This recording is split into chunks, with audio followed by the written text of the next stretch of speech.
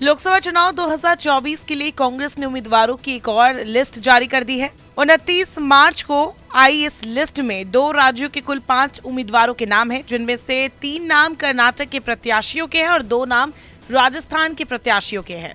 कर्नाटक में बेल्लारी से ई तुकाराम को मौका दिया गया है। चामराजनगर से सुनील बोस को उतारा गया है। चिकबलपुर से रक्षा रमैया को मैदान में उतारा गया है। वह राजस्थान में भीलवाड़ा से सीपी जोशी का नाम सामने आया है, तो वह राजसमंद से दामोदर गुर्जर को चुनावी मैदान में उतारा गया है। कांग्रेस की 9वीं लिस्ट में कर्नाटक की जिन 3 सीटों का ऐलान किया गया है, बीजेपी वहां पहले ही प्रत्याशी उतार चुकी है, यानी इन 3 सीटों पर भी जनता के सामने दोनों प्रमुख दलों के उम्मीदवारों के नाम साफ हो चुके हैं। बीजेपी ने बेल्लारी से बी श्री रामुलु, चामराजनगर से एस बलराज और चिकबल्लपुर से डॉक्टर के सुधाकर को टिकट दिया है। वह बात करें राजस्थान की, तो वहां असल मुकाबला बीजेपी और कांग्रेस में ही रहता है, लेकिन यहां कुछ कारणों की वजह से कांग्रेस बीते कुछ दिनों से डैमेज कंट्रोल करने में जुटी हुई थी। 9वीं लिस्ट में जो 2 सीट है वो है भिलवाड़ा और राजसमंद।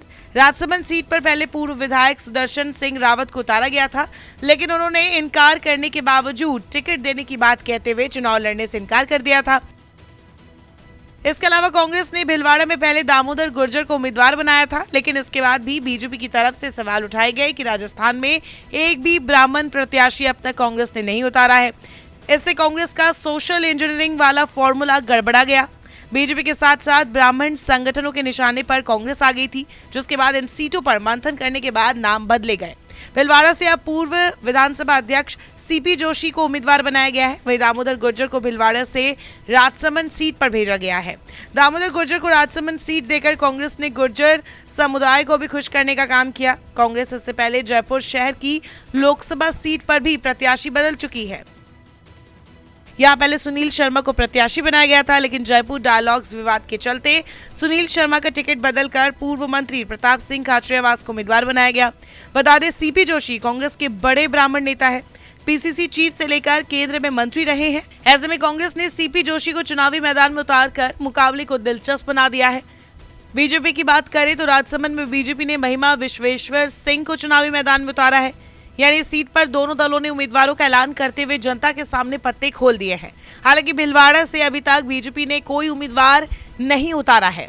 सियासी जानकारों का कहना है कि राजस्थान में 30 से 40 विधानसभा सीटों पर ब्राह्मणों का असर है। करीब 7 से 8 लोकसभा सीटों पर ब्राह्मण समुदाय के लोग हराने और जिताने में अहम भूमिका निभाते हैं। ऐसे में कांग्रेस को सियासी तौर पर नुकसान हो सकता था।